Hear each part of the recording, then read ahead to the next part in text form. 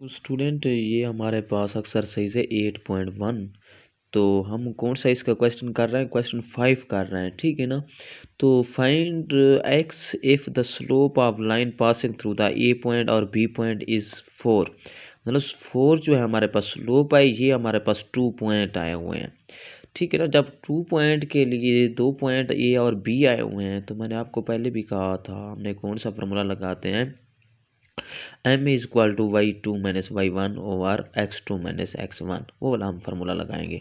अभी हम इसको सॉल्व करते हैं इस क्वेश्चन को।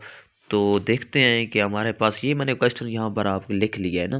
फाइंड द एक्स है, फाइंड करना है स्लोप ऑफ लाइन है पासिंग थ्रू द पॉइंट। हमें इतना पता होना चाहिए, जब 2 पॉइंट आ गए हम डायरेक्ट स्लोप का फार्मूला लगाएंगे।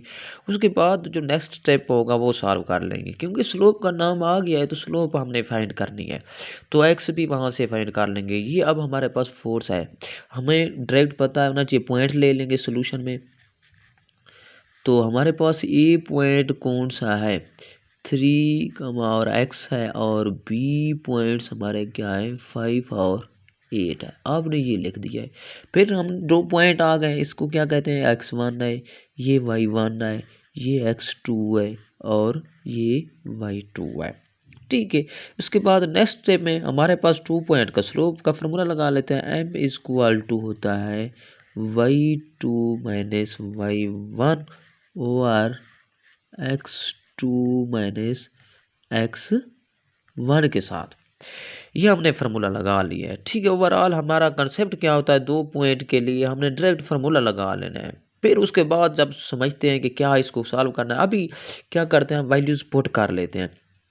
तो हमारे पास क्या है, y की वैल्यूज़, हमारे y2 की वैल्यूज़ क्या है, 8 है, और माइनस y1 की वैल्यूज़ क्या है, x है।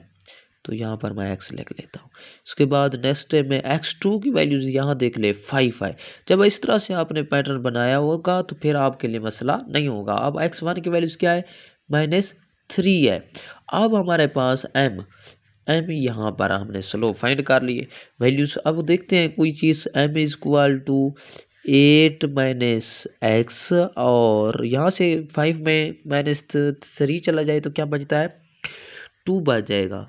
तो m हमारे पास अब m इज इक्वल टू 4, ये गिवन है m इज इक्वल टू 4, ये क्योंकि देखो find the x if the slope of line passing through the, इस पॉइंट से स्लोप गुजर रही है, इज 4 इज इक्वल होता है क्योंकि स्लोप के। तो x फाइंड करना है, स्लोप तो फाइंड नहीं करना, मतलब स्लोप भी गिवन थी, हमें यहाँ से भी पता चल जाना चाहिए। स्लोप हमारे पास गिवन है क्या है, 4 है। तो हम क्या लेते हैं, इसके m इज इक्वल टू, यहाँ पर मैं m इज इक्वल टू 4 लिख लेता हूँ। अब यहाँ आकर पुट कर देते हैं। अभी देखते हैं कि 4 यहाँ पर मैंने आगे पुट कर दिया, और 8 माइनस एक्स ओवर 2। अब क्रॉस मल्टीप्लाइड करेंगे, 2 4 द 8 आ जाएगा, 8 is equal to 8 minus X आ जाएगा, ठीक है। अब ऐसा करते हैं कि -x को इधर ले आते हैं, 8 को इधर ले आते हैं। तो x इधर हमारे पास आ गया 8 माइनस, ये वाला जो 8 है ये इधर आके माइनस हो जाएगा। तो हमारे पास x इज इक्वल टू 0। तो x की वैल्यूज हमारे पास क्या आ गई है, 0। ये बेसिकली हमारा यही आंसर है। तो हमने फाइंड क्या करना था, x ही फाइंड करना था हमें। 2 पॉइंट गिवन है, 2 पॉइंट जब भी गिवन हो, मैंने आपको बताया था कौन सा फार्मूला लगाता है, ये वाला y2 minus y1 x2 over x1।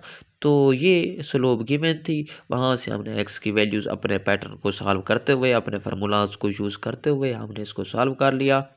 तो नेक्स्ट क्वेश्चन में आपको फिर इसे 1 बाई 1 क्वेश्चन करते जाएंगे इंशाल्लाह। तो अब बेसिक ये है कि आप कंसेप्ट क्लियर करें। तो कोशिश करता हूँ आपको अच्छी तरह से समझा सकूँ। तो अभी मेरी तरफ से अल्लाह हाफिज़।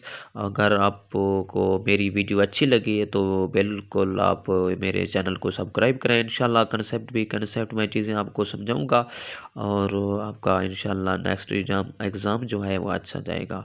अल्लाह हाफिज़।